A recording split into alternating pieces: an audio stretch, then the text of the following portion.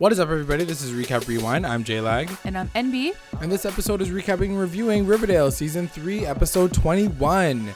And it's called Chapter 56, The Dark Secret of Harvest House. Oh, I like the way you said that. It was so, Halloween-y. And don't forget, guys, stick around for the ending because we are going to go through our recap roundups and your recap roundups. You guys have been sending some on Twitter. So be sure to stick around for that. And as always, to our continuing listeners and our brand new ones, thank you for joining us. Don't forget to like, comment, and subscribe to the channel. Let us get into the episode, y'all. Let's get into it. But before we get into this week's, I just want to say, thank you to everyone who commented on their predictions last week, because we got a ton of comments on our YouTube video. Lots on, of conversation. Who you guys thought the G&G King was. You know, is Jason coming back? Yep. Is Chick coming back? So it was like a busy episode for us, I think. And it was exciting. And I'm really excited to hear. I'm excited to hear what you guys have to say about this episode and your discussion points. Are you guys satisfied? Are you not satisfied? Because we got a few answers this episode for sure. Yeah. What did you think of the episode in general? I think it started off a little weird, but then by the end of it, I wasn't mad.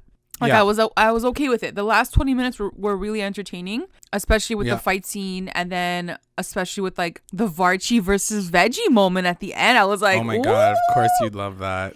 You know what I mean? You just need that. Yeah. You need those tense moments. For sure. That's not just about a freaking cult leader cutting into your body. It's a bit more real. So it feels. Anyways, what did you think? I liked it too. I will say that I'm happy that we're coming to a bit of a conclusion for this season. This episode answered so many questions, but in a very enticing way. There was a lot of stuff that seems to be slowly closing up, which is exciting to watch. You know, we've invested our time and our, watching time into this show for this whole season, and to see things start to finally fill in is I guess fulfilling to watch, I guess. I will say that I almost kind of wish we got to see more of the farm earlier in the season. I honestly wasn't really hating the storyline of it being this organ donor freaking cult thing, but I was I wish I had more time to sit with the horror of this for longer. And I think it would have just built this more scary thing that I would see the farm as. And now I'm it's almost done. We're gonna the finale's next week, and I'm sure it's gonna drip into season 4, but I kind of wanted to see more of it. Betty uncovered a lot of things this episode that I feel should have come up at some point in time in the season. For sure. But there's no hints of it at all season until this episode. It really. So you're oh, so this is what the farm is doing. You're wondering if she's been taking different angles this whole time, and this is the angle that really made the most sense. So I'm glad that it all gets resolved, but at the same time, I'm with you. I feel it should have been. It very much felt like they didn't know where they were going with the storyline. It really did feel they started the storyline. They had no freaking idea where to take it, what really was behind the farm and the cult. And then I feel at some point in the midway of the season, they changed it to this, because you're right. there was no inkling of this whatsoever. No, not at all. Of being a freaking organ bank thing. It's just, I'm down for it, but it would have been cool if we got little tiny hints at it, for sure, because now it just feels like they just rushed it and they just kind of thought of a cool ending for it. 100%. So we're gonna break this episode into 3 major plot points. The first one is Archie and Veronica and their mission against Hiram. The second is Jughead's storyline with him discovering who the Gargoyle King is, as well as Betty's storyline with her at the farm. So why don't we start with our boy Archie and Veronica? Sure.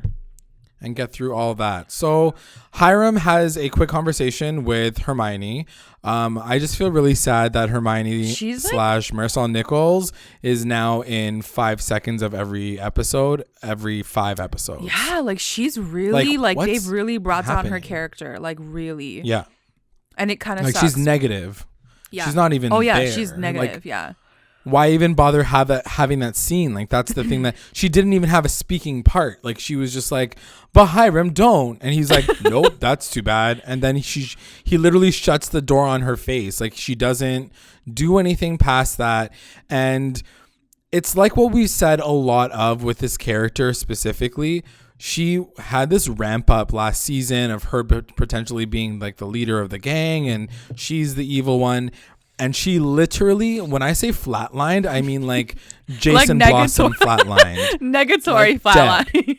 Well, like negatory flatline. It's funny that you're saying Jason Blossom, because he might not be dead. So that's true, and I'm hoping that her career comes back to this too, because that's crazy. You know what? They just kind of like left it. And just really quickly, I know a lot of people, like, because we do, you know, like joke and hate on the show sometimes, but like people always say, like, if they weren't doing this, what would they be doing? I'm like, they could be doing like 10 million other things, because their cast is so big. Like, there's Alice, there's Hermione now, there's Mary, there was Gladys. Like, there were so many storylines they could have explored in like a more realistic way with all of their characters coming together.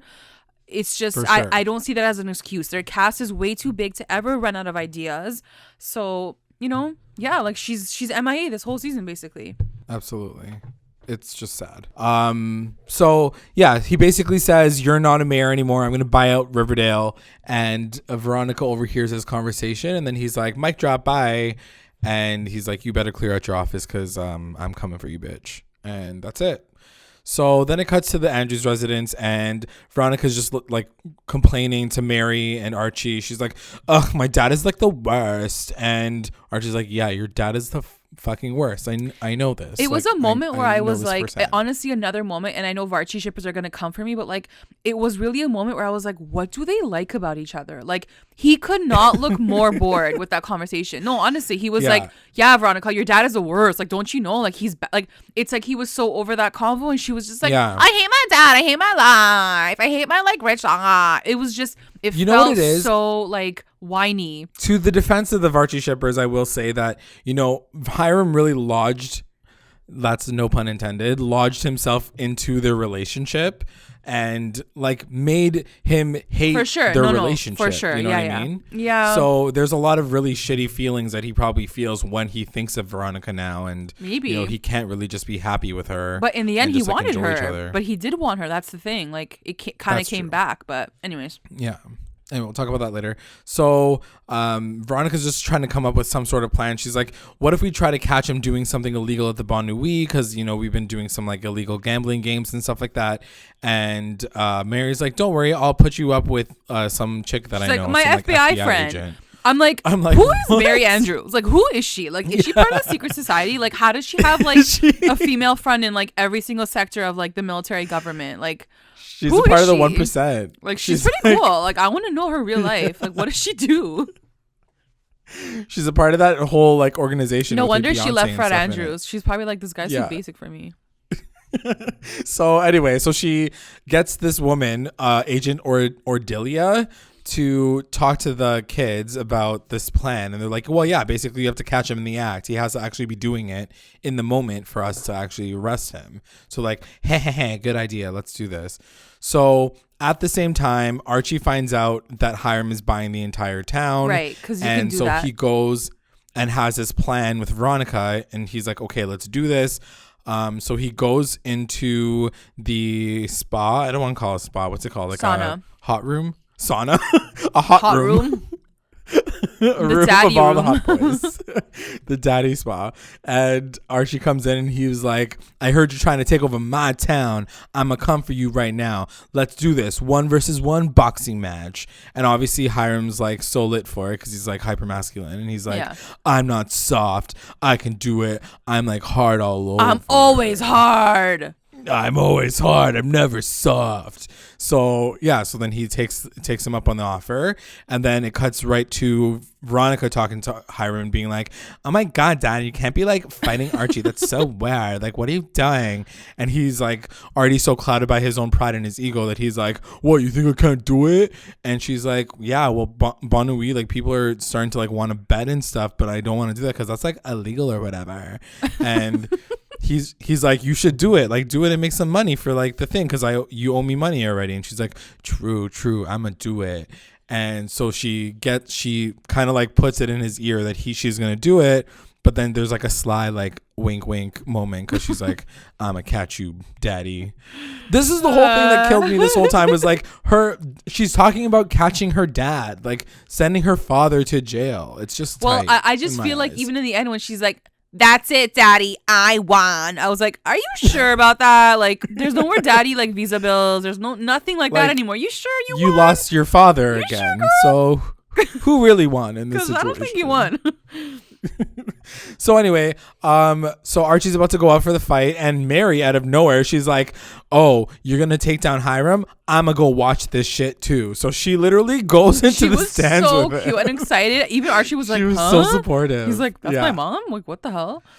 You know, I will say this is one of the moments that I felt really sad that Luke Perry / Fred Andrews wasn't there, because I think that he would have done the same. He would have been like, kick his ass. I can't wait for you to see him like drop to the floor and like. I do have to say though, like it is kind of exciting to see another parent with Archie and like kind of unraveling their dynamic. It is fun to watch because Mary is shocking us. Like she's shocking Archie and like she's shocking us too. And I'm like, she's pretty effing cool. Like she's got all these cool contacts. She's a cool girl. Plus she's like supporting him in like whatever he does. So like I'm down for their relationship right now. So she definitely seems like a cool mom. We miss Luke. Of course. She's a cool mom. You know, she's a cool mom. Then it cuts to really quickly, Reggie and Veronica at Pop's Diner, and she's like, can you help me out with this bust as well? And he's like, yeah, sure, no problem. It was kind of random. Cute, man. He's so like, it was cute. I'm just loving and you can tell that there's like chemistry, like even in like the 10 seconds that they were on screen together, you can tell like that we're dating in but real I have life. to say, like it's from him too a lot. Like he's a really good actor. The lines he delivers are so like, it's just, he's so Reggie, I feel like. And he brings something, he just brings something special to the screen. And like seeing him finally in this episode, because we haven't seen him in quite a few weeks, I was like, I do miss him in the show. Like he adds this other layer that I feel like you need in Veronica's storyline. So then people are betting at the Bon Nuit. Everybody's getting ready. And so then it cuts to our infamous template that everybody like knows at this point. So JLAG texts me on like, I forgot what night it was. He texts me. He's like, yo, you're going to hate this. And I'm like, what? And I couldn't see the message that you sent. I'm like, what's he talking about? He sends me the pic of like RAS talking about Veronica singing Daddy Lessons, because like JLAG knows like that's my fate, that is my track, like that's my go-to jam, like don't fuck with Daddy Lessons. And JLAG's like, yo, you're gonna hate this so much. And I was like, yeah, I probably am, but you know what, let me see how it goes. I get why they chose the song, but she was not meant to sing it. She was not meant to sing this song, and like the way they remixed it, I was not down for it at all. I did like the song and the fight together. Right. It was just her voice, like I said, kind of annoyed me. I don't know. It's like their magic like sequence. Like they had the fighting sequence over the singing. Don't you think by 22 episodes later, because I feel like it happens every episode, that we're a little tired of the same template, like the singing over the fighting? Because I kind of am. The amount of times that we've seen a fighting montage over singing, it's probably more than 10 times, like realistically. That's a little too excessive for me. I think I would have liked it too, like, I get why they chose the song, because she's like, my daddy want me. Like, yeah. I get that, but like it doesn't really apply, because like, what did he warn you about Archie? Like, you're still in love with Archie. Like, what's wrong with Archie right now? Yeah. Like, they're just choosing the song because like it just has daddy in it. That's it. That's basically it. Otherwise, it doesn't really apply to their relationship. So whatever. I will say that I didn't mind the version. It wasn't the worst, but it's Beyonce, so you can't really compete with Beyonce. But anyway, so she sings a song, and all this is happening over top a major fight between the two of them.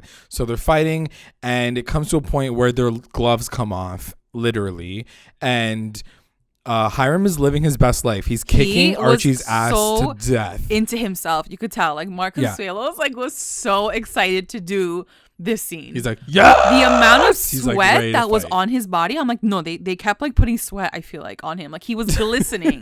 I was like, you could see Archie's reflection in his chest.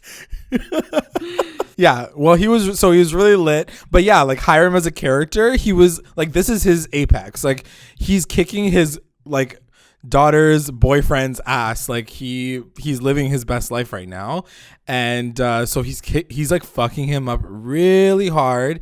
And all the while that this is happening, you know, Veronica is finishing up her song at the Bon Nuit, and the feds come in during the betting moment, and she obviously had this all set up. So she's like, "Oh, my dad's at, you know, the L whatever champion, whatever place, whatever it's called, to like he's fighting a fight, like an illegal boxing match. So you can go over there."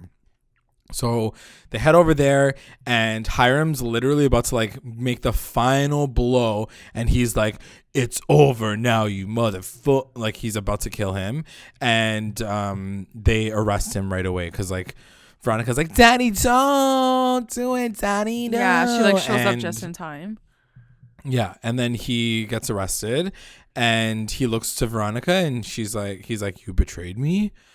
And then she goes over to Archie, and she's like, "We got him. Don't worry, Archie. It was all worth it. Your ass kicking made all sense. Like now." Yeah, thanks. But I was thanks, like, dude.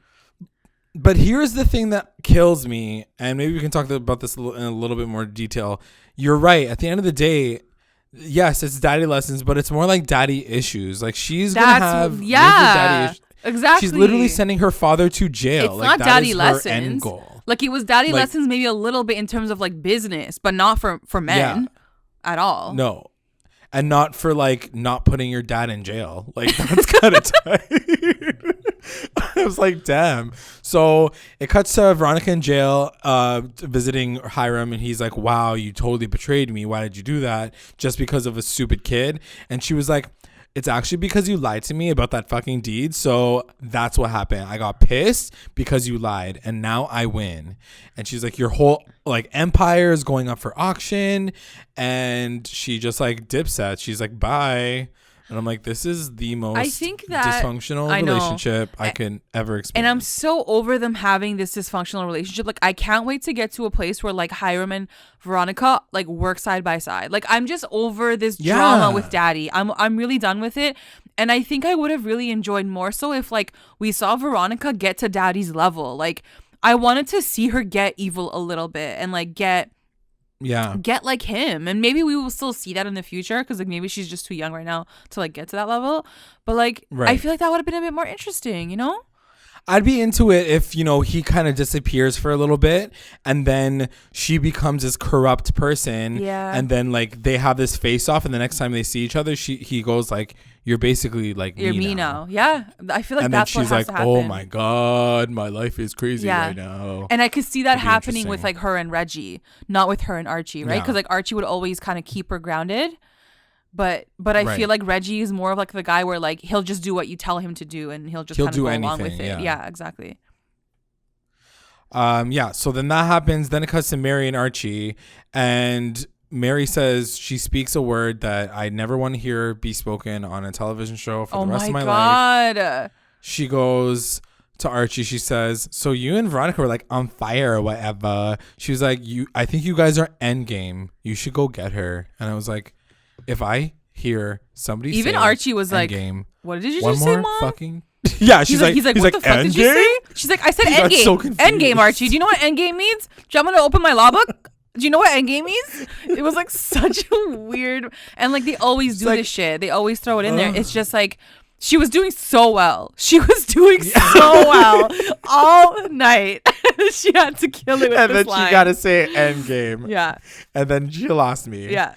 Oh God, and Mary Andrews. So then she says, "Go get your girl." That was the end. That's all she needed to say. Go get your girl. Yeah.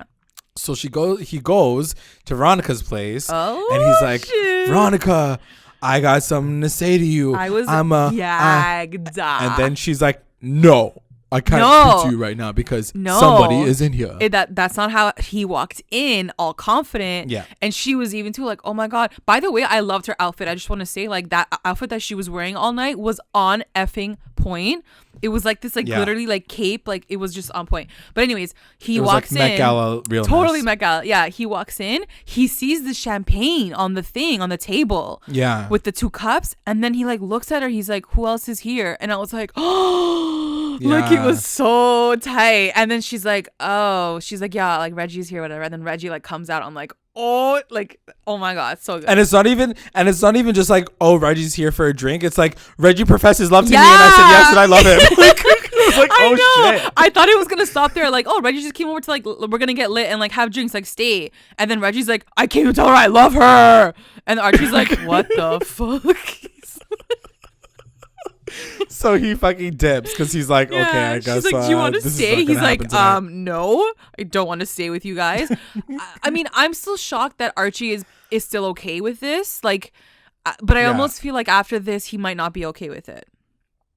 I mean, he can't be angry though at the same time because they were never together, right? That's like his best friend dating his ex-girlfriend. Like, that's pretty tight. No, man. I feel like that's like from time. I feel like what do you mean from time? Yeah, they must have squashed it in the sense that like he never was cheesed about it before. But now that I feel like Archie's life is sort of slowing down and like Josie's gone, now that he wants Veronica back.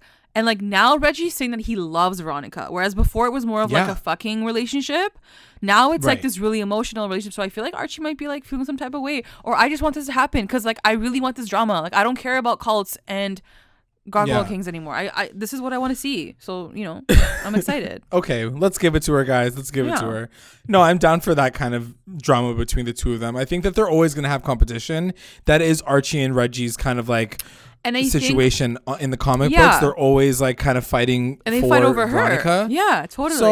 So I'm into it. I'm into a cordial fight because I feel like they both respect each other, but at the same time, like they're also after the same girl. So it's gonna be a fun watch if they really push that story. Yeah, I think you're right. I think it's the way Archie is. He doesn't want to. He feels bad for getting upset, but you can't hide it. Like you are upset. And I think it'll be interesting to like explore that more in next season. For sure.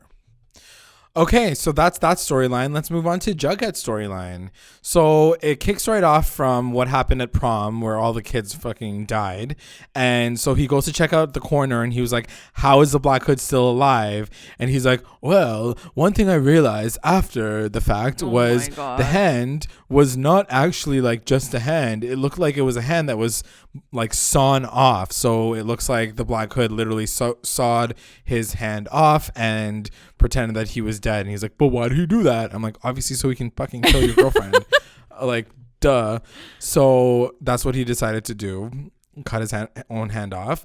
The one thing that I will say is clearly FP doesn't know math because he's the one that counted the dead body counts. Yeah. And he's like, based on the heads and the people and the heads, and you could just tell. You could just tell last week he was counting. He was like, 4 + 1 = 6, I think. Like he was like fumbling when he was counting. I was like, this guy's not counting it properly. Like phonics over here. He's fucking it up. He's doing. Yeah. So anyway, whatever. So that happens, and so he calls really quickly. He calls Betty, and he's like, is everything going good at the farm? And she's like, no, everything's bad. And he's like, okay, cool. I'm going to go find the Gargoyle King now. And she's like, okay, good luck. Bye. Have fun. So that's kind of like the majority of their conversation. While they're talking, she finds like a piece of like candle wax, like while she watches like the candle burn, and she's like, oh, okay. And we'll get to that later, like what she uses the candle wax for. But we're following Jughead now. So Jughead tracks down the person at school who gave the envelope to whoever at prom, to Betty, and and then he finds out that it's a kid, and the kid is Ricky. So he goes to find Ricky. He talks to Jellybean, and she was like, yeah, he's about to ascend or whatever in Fox Forest. And Jughead's like, no, we gotta save him. So he leaves. He goes to find Ricky, and right at that like very moment before he's about to kill himself, I guess, he saves him. And Ricky gets so pissed off because he's like, I don't know, homeless or whatever, and he was like, fuck you. And then he gets like the Boy Scouts to attack Jughead. And then he screams, protect the princess, which I feel has some relevance because I don't think it has to do, or I guess it does have to do with Princess Etheline, right? She is the princess. Yeah. Is that right? Okay. So, I think so, yeah. Anyway, he's like, protect the princess. And then he runs into Jughead runs into the bunker. And this is the question that I always have. The bunker always seems to be unlocked, but then people are always in there. And then they can't get in when they lock it. You know what I mean? Yeah, I don't get the mechanics of that door. Yeah. Yeah, I don't understand. So anyway, he gets down there and Ethel pulls a Star Wars line and says, "Help me, Jughead Jones. You're my only hope." And I'm sure Star Wars fans around the world cringed at that moment. I'm sure Star Wars fans around the world aren't watching Riverdale. BT dubs. A good point. Or maybe they are. They're comic book fans. Anyway, whatever. So Ethel's like dead ass scared of the Gargoyle King. And he's like, why are you scared of him? And then she says, because I failed the last mission. And so he puts 2 and 2 together. She was the one who fucking sent the letter to Betty to get her sacrificed or whatever. And he's like, what the fuck is wrong with you? He's like, she just saved you and now you're playing the game again. Yeah. What's wrong with you? And she's like, well, what had happened was I had left, but then it was like the fake God because it was from the Sisters of Quiet Mercy, and that was like another one. And then the real king came through. Like, bless your heart for like remembering all this shit. One. Like, bless your soul. How you keep up with this shit, I don't know. Write this shit down. Yeah, I don't know. I need to write it down. Yeah, I can't follow half the time because I was insane. Like, I was like, there was a false king. When did we conclude that there was a false king? I got so confused. I'm just but then I'm like, I guess it was like, I'm like running. I'm just running. Yeah, running with it. Rolling.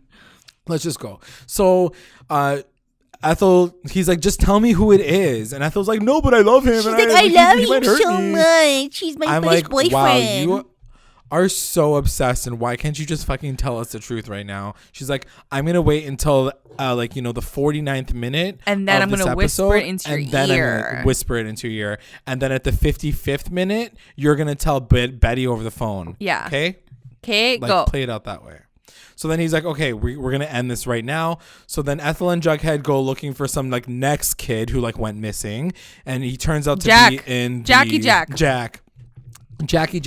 He ends up in the junkyard in the old bus. Right. And so they go into the bus, and obviously it's like set up that like mystery, creepy, ooky, spooky stage. And as they're in the bus, they find Jack, and the Black Hood comes into the junkyard at the same time. He sees them in the bus, and then he's about to attack them. They try to run out the back door. Everything's also always in slow motion as usual. Jughead finally gets the back door open, and then he locks the Black Hood into the bus. And the one thing that I got kind of frustrated with was he locks the front, he locks the back, and then he locks the front. Yeah. And then Ethel's like, that's not going to hold him forever. And I'm like, yeah, but it's like holding him right now. So maybe you should call the police now. And then maybe he'll still be in there when they get there. You know what I mean? Like there was 2 like grown teens that could have taken him on. All they needed to do was like grab something if he did break out of the fucking bus. Anyway, did you think that was weird, or was that just me? I mean, if you want me to say everything that's weird in this episode, we're gonna be here for 4 hours. So I'm not gonna comment. I'm not gonna comment. I thought that scene was amazing. That's what I'm gonna say. I'm gonna say it was an amazing scene. Okay. But I'm being sarcastic. But what my question to you is? I was like, wow, you're so rude. My question to you is, who do you think the Black Hood is at that point? Like in that scene, who did you think he looked like? It's 100% Hal. Yeah, right? Hal. Like the body looks like Hal too, and that's the thing. Like I'm like, okay, it could be Chick. Like I like that theory too, but like physically he looks like Hal right now. I mean, as we know at this point, Hal has sawed his hand off. So even though we haven't seen his face, like this is his villain mask. Like it's him wearing his villain mask. We're not gonna see him like uncover his face. Like he likes to wear his black hood. So that's his like thing. I'm sure at some point it's gonna like actually show who it really is, and it probably is gonna be him. But just right now, like that's who he is, which is fucking ridiculous when you think about it. Like that, this was his whole end goal, was him to like get into this car accident, and then anyway, I just hope that all those answers are like finalized in the final episode, because obviously Penelope is a part of this shit too, for sure. And I just want to know like what her role is. Yeah. Anyway, well, now that fucking Jason Blossom's alive, like there must be something connected to all of this. Like now that like it's coming together, like there must be some connection between Penelope and Jason and baby Jason. Like what Dagwood, which was the one, Juniper? Did she take Juniper? like you have to remember, like she has one of the kids, and she literally said he's baby Jason. So what does that mean? That she like grew her child? Like what does that? Like what would that? Maybe do? she ran away. Maybe she ran away with Jason, and now she's like Jason. Anyway, let's get to the final reveal. So the police station, Jughead and Ethel are talking, and he's like, "Don't worry, you're protected now." And she's like, "Thank you so much. You deserve a reward. I'm going to tell you who the killer is." And she whispered in his ear, and then finally, after commercial break, we find out that it is none other than Jason freaking Blossom. Like, okay, yeah. What did you think of this reveal? That makes sense. Yeah. No, girl, stop doing that. What do you want me to say? Like, this is some PLL shit. This is some PLL Give me your realness shit right now. I mean, look, if they make it make happening? sense, if they make it all come and make sense, I'm not going to hate on it, but I can't imagine it making sense at this point. Like, this kid has been dead. We finished the story, like, in season 1, guys. Like, the kid died. Like, his dad killed him. That was the end of that storyline. Like, why the fuck are we bringing this back up, and why are we making him like the villain of season 3? Like, if that's what's gonna happen, we don't know for sure yet, but it's starting to feel like a weak ass soap opera with you guys having nothing else to pull at. There's nobody else you can give this role to, and him being Jason, like, and it being Jason Blossom, it's just like, why would he kill people? Like, why would he come back to kill people? Like, if anything, he'd just come back to kill his dad, but his dad's already dead, or has a twin brother. Like, I don't know what's going on with that. His dad's been dead. So, like, I don't like, understand. he doesn't have a motive. Like, it doesn't make any sense why this would be all of Jason Blossom's doing. Also, this guy was a fucking mute. He never said one goddamn word in any episode ever of Riverdale. So we don't even know what his motives are. Like, what is his purpose? Why did he do any of this? Why wasn't Penelope the first one to die if it was revenge against his family? Exactly. Why didn't you go visit your fucking sister who's been crying over you for the past 2 fucking seasons? But this is the thing. Maybe he's not really alive. Like, I still feel like he's not alive. But what does that mean then? Like, how do you... Maybe they're trying to make us think that he's alive, and then it's not going to be him. It's going to be Chick or something. Like, I don't even know. But Ethel... Anyway, maybe Charles is alive too. Ethel from this situation. I don't know. I just don't know, guys. I don't know what to think, and when I don't know what to think, like, it's hard to like imagine, because I'm like, this doesn't even make sense. Like, and why? It's ridiculous right now. You know? Yeah, for sure. So the final scene for Jughead, at least, is he goes to Jason's grave and he digs it up, and then the body is actually missing from the grave. So the question that I have for you and our fans and everybody who's listening and fans of Riverdale and whatever, there was a body that was found in the coroner's office. Okay. There was a gunshot wound. There was a body that was found in the Sweetwater River with a gunshot in his head. We saw it in the first Jason's fucking episode. Yeah. That is Jason's body. Yeah. Who was that then? And why, if Jason's alive, he's not a zombie, so it's not like there's a zombie version of Jason with a gunshot in his head walking around. Unless they just created a doppelganger of him, you know? But then why not just keep it in the fucking casket? You know what I mean? Like, why wouldn't you just keep that fake body in the casket just to prove that he is dead? True. You know what I mean? Yeah. Like, it doesn't make any sense that they would have even showed us the body on Riverdale to begin with. Like, if it was a closed casket, then I'd be like, oh, for sure he's not fucking alive. Yeah. Of course he's dead. Yeah. But we saw him get shot in a video. We saw him, like, his dead ass body with a gunshot wound in his head, and then his body's literally missing from the gravesite. Like, it just doesn't add up. Like, you're literally telling me that he's a zombie. He's come back to life. That is what you're telling me right now. And it doesn't make any sense. Yeah. You know what? I just don't understand. When you're sitting in the writer's room and you're thinking of, like, you know, how are we going to wrap up season 3? What are we going to do? Oh, let's bring back Jason from season 1. Like, how does that come up? How does that come up as a legitimate storyline? Like, that's what I just want to know. Like, I want to call one of the writers and be like, how did that come back up? Why? And here's the thing. A lot of people, before this episode aired, like either today or earlier this week, people were theorizing something really big happening. People talking about Chick coming back. People were talking about Jason Blossom coming back. And even the writers were hinting at this big bomb drop that, like, no one is ever going to expect. No one expected it because it didn't make any fucking sense. That's not what your audience should be like taking away from a gag moment. It should all make sense and be like, oh shit, that all makes sense. Yeah. It's not like, oh, gag, because that would have never fucking happened, like, ever. You know how easy it is to create these moments if they don't make sense? I can do anything tomorrow. I can do anything and tell JLAG, like, yo, you're never going to believe what's going to happen tomorrow. Because I'm just going to do it and it's not going to make sense. And he's being like, I wouldn't have seen that coming because that doesn't make sense.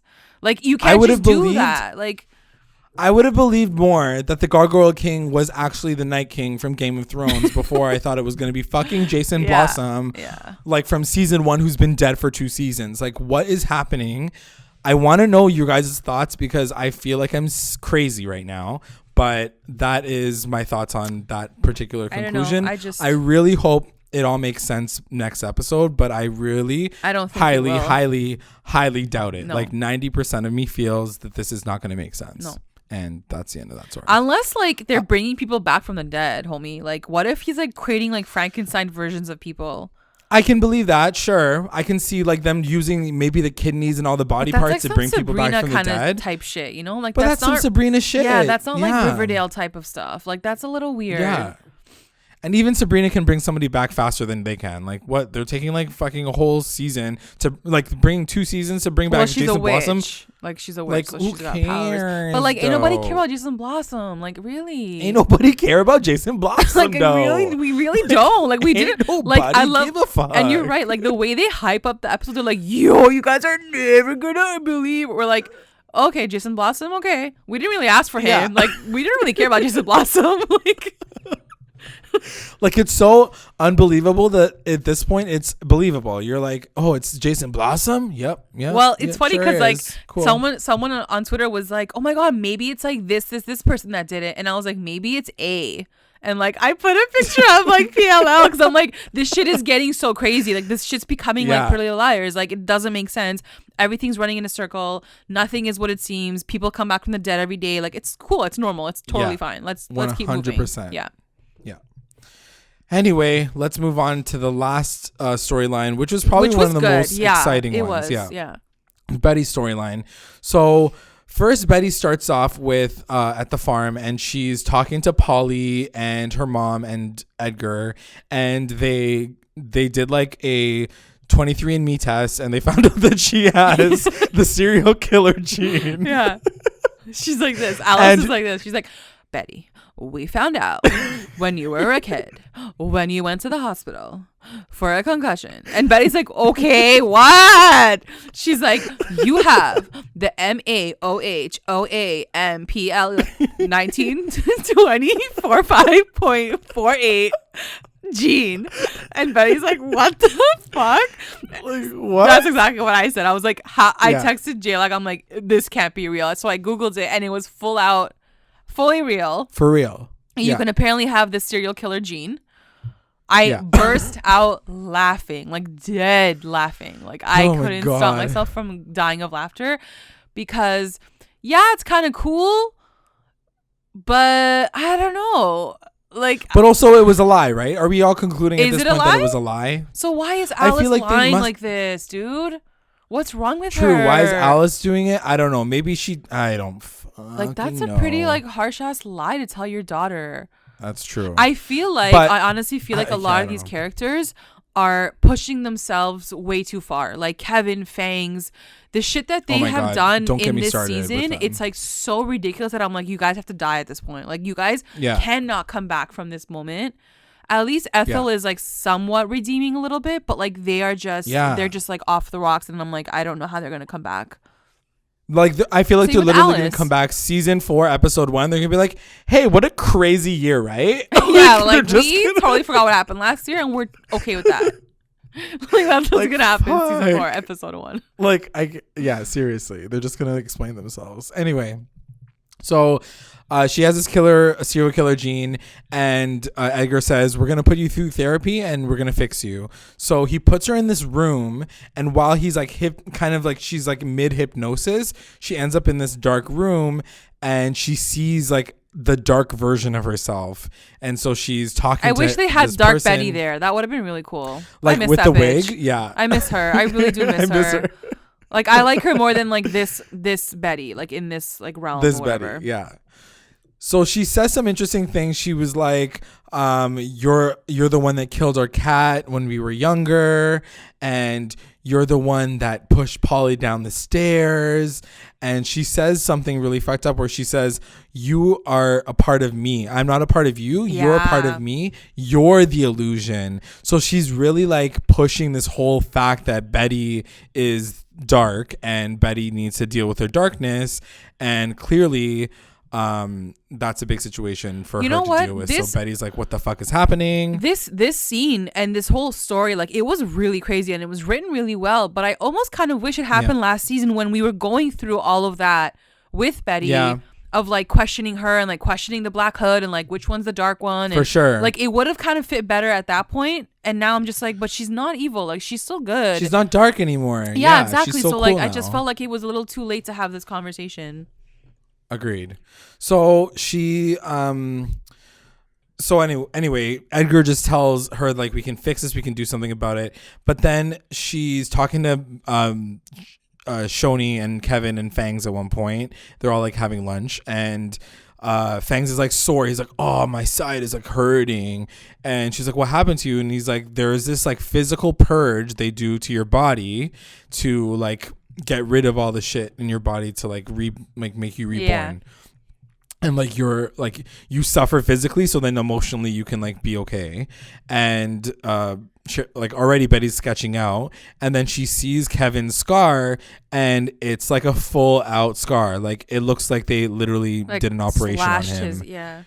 Slash like pulled out his kidneys. As soon as I saw that, I was like, there's taking kidneys and they're harvesting them 100%. Like that's the first thing that came to my mind. Where the fuck is Tom Keller? Like why is he not looking for his son? Why hasn't like none of this connects. None of it connects at all. Yeah, we can't ask those questions anymore. So yeah, I asked the question, are they taking kidneys? Sure enough, that's what happens at the end of the episode. But before that happens, this is when Betty puts the candle wax in her ears because she's still like sketched out. Thank God for Betty and her intuition, because like without her intuition, she would be fucked. She's amazing. She goes back in to talk to Edgar, but this time she puts the earwax in her ears, and then he tries to hypnotize her, but this time she's like aware of herself. He puts her in the room, and then she sees herself again talking, and then I was like, oh, she actually is like fucking seeing some shit. But then when you get a closer look, it's fucking Paul out here acting dressed like Betty. as Betty. I was like, you fucking bitch. Honestly. You psychopath. Like, she's actually crazy. She's actually crazy. And I'm like, is this all because Betty pushed you down the stairs like when you guys were kids? Like, holy crap. And like don't forget, like last year when we were going through this thing with Betty, we did question Polly. We're like, what if it's not Betty that has this gene? It's Polly. And honestly, it looks like that's probably the case now. It looks like, Polly's like the cray one for sure. Like, she's got issues 100%. Yeah. I don't even care if she's being brainwashed by freaking thing. Like, that is her coming for her sister really hard. And at this point, if they don't, like, kill Polly off or jail her or something, like, the show's whack even more. Like, imagine Polly killed Jason or, like, has something to do with Jason's death just so she could go to the farm. Yeah. I can see that. You know? But at the same but apparently he ain't dead. So I don't fucking know what's happening anymore. So anyway. So it turns out that it's her. That was kind of a gag moment, actually. I was kind of shocked that it happened, and I was like, wow, what a bitch. And she doesn't even, like, the one thing that I will say that doesn't happen in this episode, she doesn't confront Polly. She doesn't say, like, you psychopath biatch. I can't believe you made me think I was crazy this whole time, and it was you pushing me to be this crazy person. Like, I want to have that confrontation by the end of the season, because I don't want to see Polly's face ever again. Like, I'm over her. So what's happening with Betty and Polly? Is that what's happening with Alice seeing like Charles and stuff, you think? Yeah, but then who's playing Charles? Is it like maybe it's just Jason in a blonde wig, or maybe it's like what's his face, Edgar in like a blonde wig or something, like, or he's already blonde, or like maybe he's like like maybe he, because it's in the shadows, right? So you don't get to really like see what they look like, and what he does when he hypnotizes them is he makes them think that it's them anyway. So he can say whatever and he can just kind of look like him. Exactly. So it makes sense to me. And that's fucked up. That's really fucked up. So that's like the first gag that Betty finds out. And then it cuts to like the secondary cast talking to Betty again. And Betty's like, I think she's like, he's hypnotizing all of us and he's doing something. And Cheryl's like, cool, but like you have no proof, so like get the fuck out of here. And she's like, oh, you want to find like proof? She was down for hypnotism. Cheryl's like, yeah, I get hypnotized, like it's so lit, like I love it. So like they were okay with everything that was happening. Yeah, I mean hypnotherapy, like to her defense, hypnotherapy is a real thing that people do. Yeah. And it's not like crazy, like they don't cut your organs out or anything. So it's not a bad thing. But yeah, at the same time, Betty isn't really coming to her with like real solid evidence. So I understand why like Cheryl's like, get the fuck out of here. So that's her like goal now. So then she sees Evelyn at one point earlier in the episode, but this is the main thing when she goes into her room and she sees Evelyn and she's connected to like some machine. And so she's talking to her and she's like, what are you doing in here? Like, what are you doing with it? Like this machine? And Evelyn's like, I'm on dialysis. And as soon as I heard dialysis, I was like, kidneys, they're stealing the kidneys.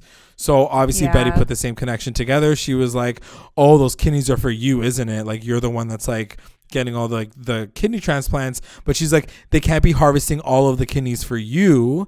And so she was like, I'm gonna like find this out. And Evelyn does say one thing that kind of intrigued me. She's like, it's not what you think. Like, it's not like that. Yeah. And I'm like, what does she mean by that? Does she mean that there's like a greater purpose to all this? Like, is she actually believing that her husband slash father is a good person and like she's been brainwashed to be thinking that it was a good thing? Like, I don't know. What did you think of her saying like, it's not like that, Betty? It's not like that. Yeah, because I don't know what it could be. Like, how does this get flipped to where it's actually a good thing?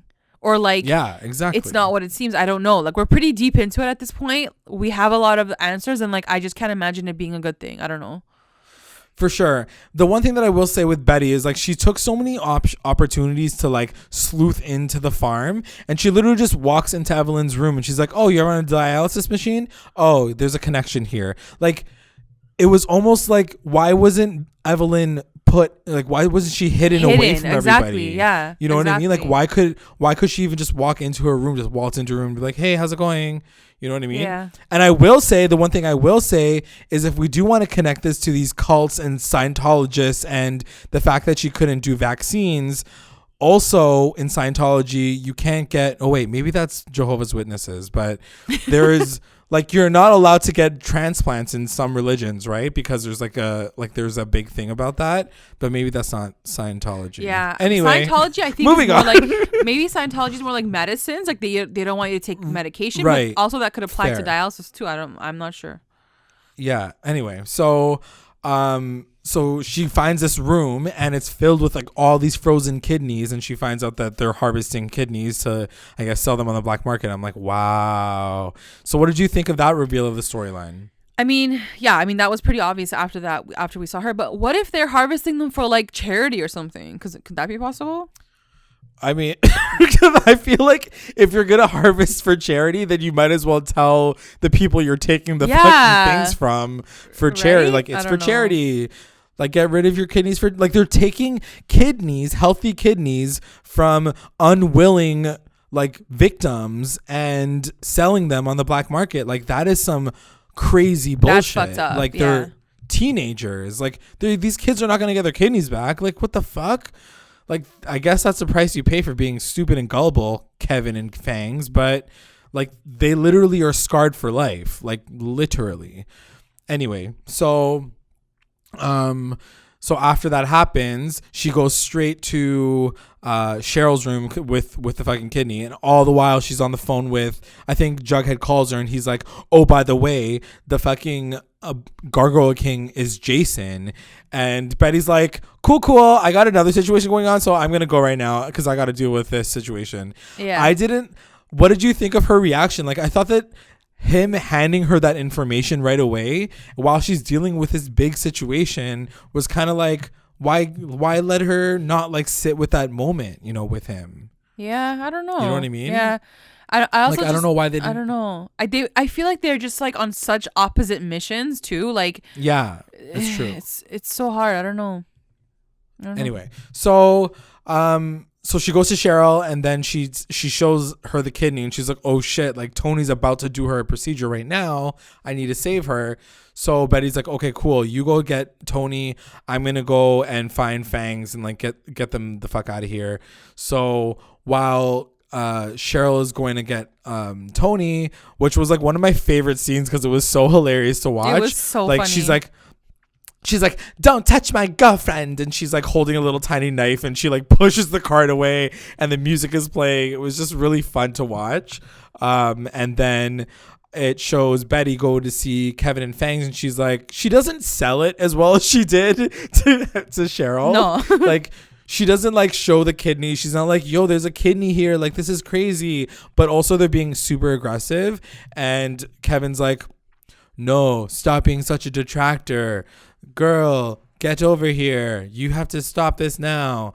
So like at this point, he's basically zombified. Like he doesn't listen to her, and Fangs and him like chase her. And thankfully for all of us, they both get kicked in the nuts for like 1 second, which I was like, let me at least clap for this, and let me have this moment where she kicks him in the nuts, because they both fucking deserve it. I hope they both never have children, because they're the worst people in the world. Yeah.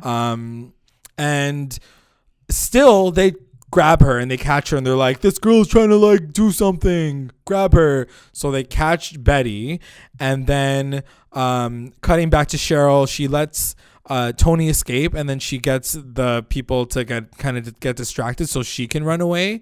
So Cheryl gets caught, and then Tony escapes. So why couldn't she just escape with her? I didn't understand that. Like she definitely had time to jump out. I know, but I think it was just, well, for one, it's more of a dramatic moment for one of them to get saved in the next episode. But at the same time, I think it's just because Cheryl was able to like fight everybody off instead of them going after Tony as well. You know what I mean? So yeah, like true. She had more time technically to run away.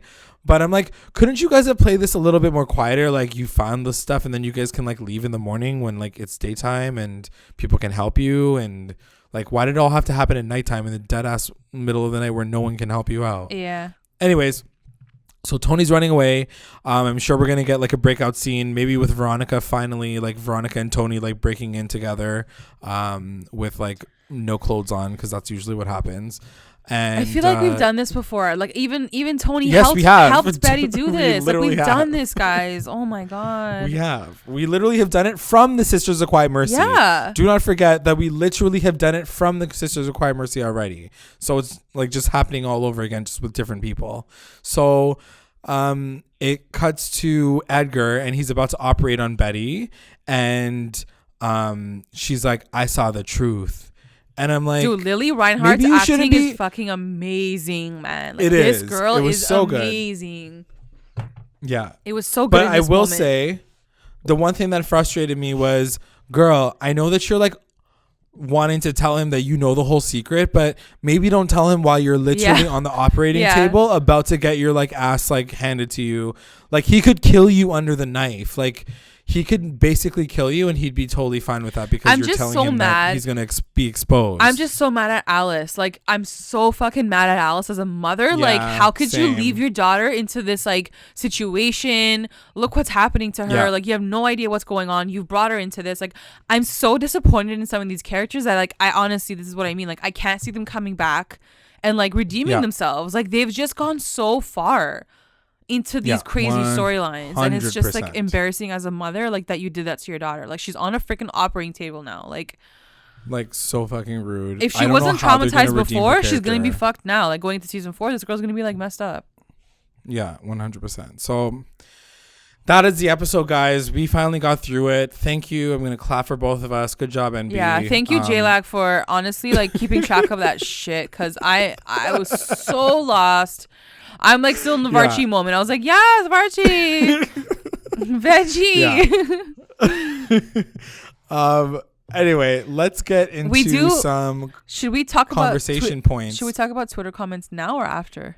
Yeah, let's talk about them right now.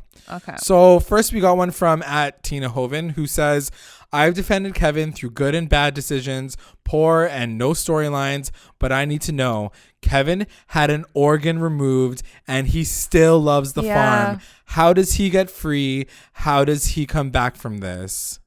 It's and true. Then she's like it's disappointed. True. And she even tagged RAS in that. Damn, Tina, those are fire words. Shots fired. We also have a comment from one of our patrons, Tamala. Yep.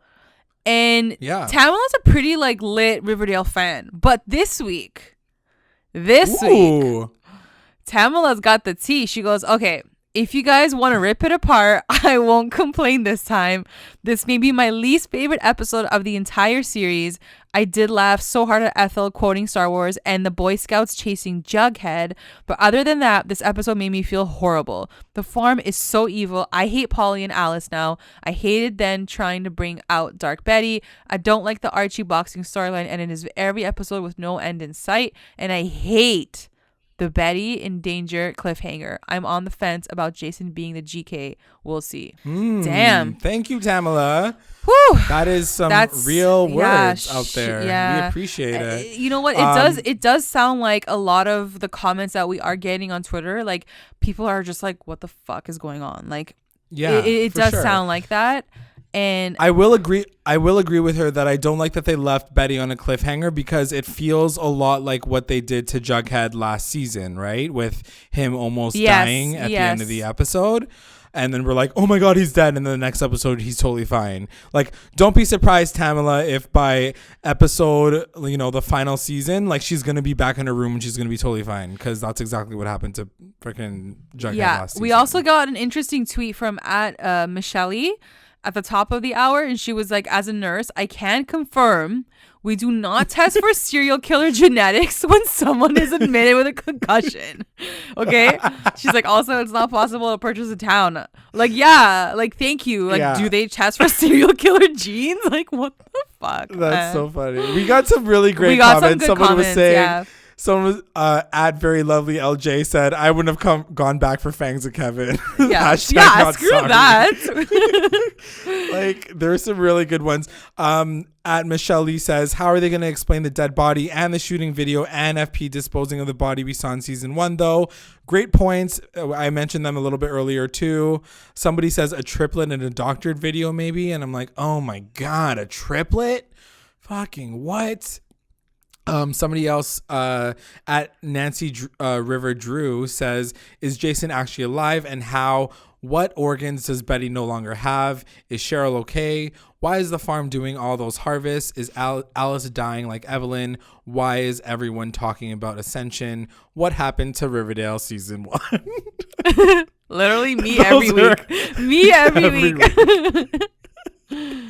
Somebody asked, this is a great one, do we think that Edgar Evernever is a warlock with ties to Greendale?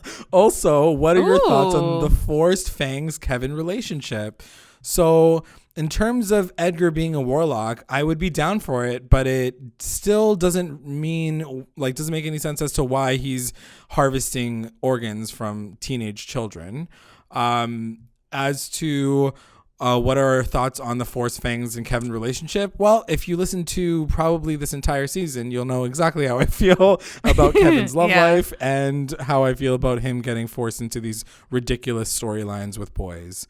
I think they're stupid. There's just I'm just reading these other tweets and I'm like, damn, people are pissed. So that is our discussion points. Why don't we get into our recap roundups? Best moment. All right, my best moment, I think, I know I hated on Cami Mendez's version of this, but I'm going to give it to the daddy lessons / fight sequence. I did enjoy it. Yeah, it was pretty decent. I mean, like I said, I feel like it's very like cookie cutter at this point to see a fight over a song. But I'll take it. I think it was a cool fight scene. It was shot really, really well. Like, I think, and as unbelievable as the situation was, like an adult fighting a kid, I definitely think that just based on the stakes and what it all meant to Hiram versus Archie, it was an important thing to watch. Like, I think that we wouldn't have wanted to see it go down any other way, just because, like, literally, if Archie's fighting career has all been for him to get to this point, then I'm okay with that. I mean, it would have been cool to see like Archie knock out Hiram. Like Archie hasn't won a single fight, I don't think. Like other than killing that old guy. But also, like he hasn't really done anything. It would have been embarrassing for Hiram as well as for Mark Consuelos to get his ass kicked by a teenager. Like he probably but then his ass got arrested by his daughter. You guys. And then his daughter arrested him like 10 seconds later. So I'm like, what's more embarrassing? Like, I don't know. This guy's getting trashed on. My best moment's going to go to Cheryl and Tony running away. I really like that sequence. Yeah, I thought it was cute and it was really funny to watch. Like, I don't know why. I was just laughing the entire time. It wasn't like scary. It wasn't like, oh my God, are they going to get away? It was like, these girls are jokes. Yeah, like, they're they're fucking messes over here. Like, fucking CHONI is crazy. I'll ask you here though, and like, I'm surprised you're not bringing it up. Like, I think I would have loved to see that go to Kevin. Like, he has been such a waste, and it would have been, honestly, if he had done that, like if Betty had convinced him to dip and he saved someone else, like he saved Cheryl or saved both Tony and Cheryl, like, oh my God, it would have redeemed Kevin for the entire season. For the entire season, but he didn't. They couldn't do that. No, they couldn't give him that. He couldn't even try. He's going to be a detractor. He's going to literally abuse Betty and like push her to the floor and tie her up. That's what he's going to do. Cool. I just think that was messed up. I don't know what they're going to do to make his character redeem, because that's the thing. At the end of the day, he is the only gay character, like male gay character on the show. It is such an embarrassment. I'm going to say that very officially and very strongly. He's fucking embarrassing as a character, as a person, as a representative of the LGBT community. Like, I just think that he's such a fucking fail of a character on this show. And I don't know what it was going to take for him to actually have a storyline that's inspiring, a storyline that makes any sense. And a storyline that doesn't involve like him trying to suck a guy's dick. Like, maybe give him one of those and I'll get back on track with Kevin, but please find something redeeming in Kevin. WTF moment. WTF moment, I think, has to go to Betty having the serial killer gene, because I was just like, what the fuck is going on? I was like, okay, let's move on. My WTF moment is obviously going to go to Jason not being dead, because it literally was a WTF moment. For sure. And like WTF not in a good way. Like WTF as in like why the F? It's like usually been that all season. MVP. Who's your MVP? My MVP is gonna go to Betty Cooper. Man, this girl fucking slays it like every week. Yeah, like she's so like Veronica slays, but like in an annoying way. Like Betty just like she's so good. She really is so amazing. I want to see so much more of her storyline. Like she deserves everything. Lily Reinhart, amazing. Yeah. Going back to that really quickly, and I know that this is like a little bit of a tangent, because my MVP is Jughead, and I just want to say that these characters separately are like, they are killing it. Like Betty's doing her own thing and she's killing it. Veronica's doing her own thing and she's kind of killing in her own world. Jughead's, succeeding in his own merits as well, discovering the Gargoyle King and all that kind of stuff too. But I just wish that I could see these characters all in one place, fighting for the same thing. You know what I mean? Like, when are they gonna sit around Pops and like to catch up? He's gonna be like, I found out who the Gargoyle King is. Like, she's gonna be like, oh yeah, I got like kidnapped at Sisters of Quiet Mercy, and Veronica's like, I took down my father. Like, their storylines are so major. There's such big storylines for one teenager to take on, or two teenagers to take on. It would make so much more sense if they all work together toward one final goal, which is exactly what happened in the Jason Blossom storyline, right? Like by the end of it, they all came together. That's what it is. That's why it all made sense, because there was the whole crew kind of working together, sometimes separately, but really for the same mission, for the same case, and it worked. I think they got to change their template. I get that was 12 episodes and this is 22. Sure. I get that, but you got to change it up. This is not working. Like, people are saying it. There's way too many plots going on at the same time. It's just our characters are way too far apart, and it's gotten too big. Someone's got to change, y'all. Something's got to change. Yeah. You gotta hire like me and JLAG basically to write the show, because like there just is no other way at this point. LVP. My LVP is going to be Kevin. I seriously don't think I can slam him any harder than I just did, so I'm not going to go in a little even more. But you guys know how I feel about him.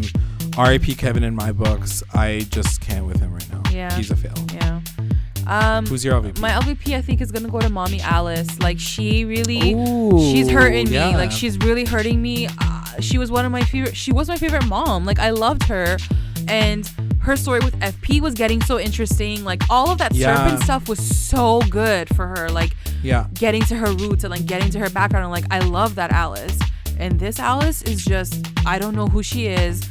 I don't know what she's done to her daughter. Like she doesn't even give a shit about Betty. Like it's just she's so far off like who she's supposed to be, and I hate it. I hate all of it.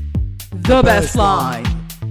My best line was Archie in the beginning to Veronica, and he's like, "Yeah, Ronnie, your dad sucks." Like the way he said it was so cute. My best line is from Veronica telling her dad in the jail. She says, "I'll leave you with this parting thought.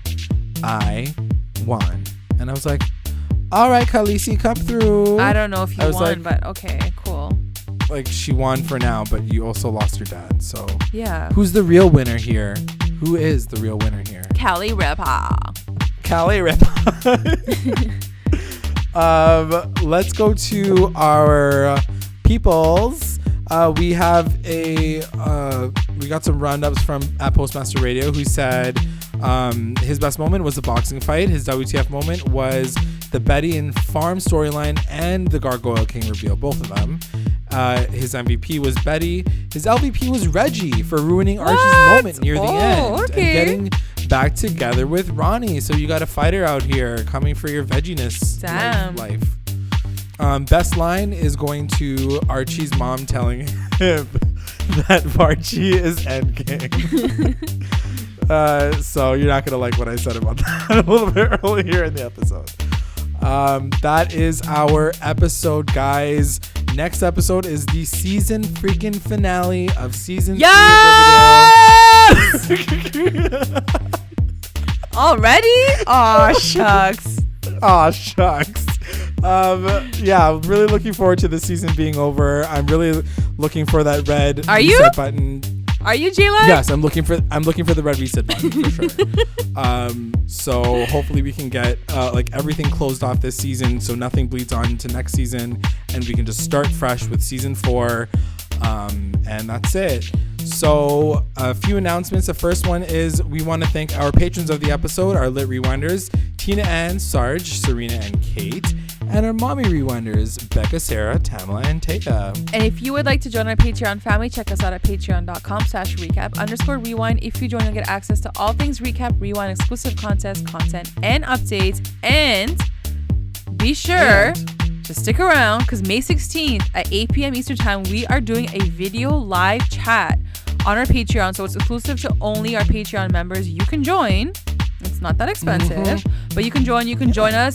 We're gonna have like basically a season wrap party on Thursday, discussing the episode, discussing the season finale, the whole season. And it's gonna be a video live stream. So it's like our first ever video live stream. Live. Like so showing our faces on stage. So it'll be fun. It'll be fun if you guys want to recap the season with us, for sure. Yeah, I'm really excited to meet you guys and talk to you guys through it. So yeah, make sure you guys check us out on patreon.com. And also make sure you guys are checking us out on all of our other socials, our Instagram, our Twitter, YouTube, Facebook. And also make sure you guys can find us on Google Podcasts, Spotify, and iTunes. Like, subscribe, follow, make sure you guys are reviewing, and comment to stay engaged with us here at Recap Rewind. Thanks for listening. Bye.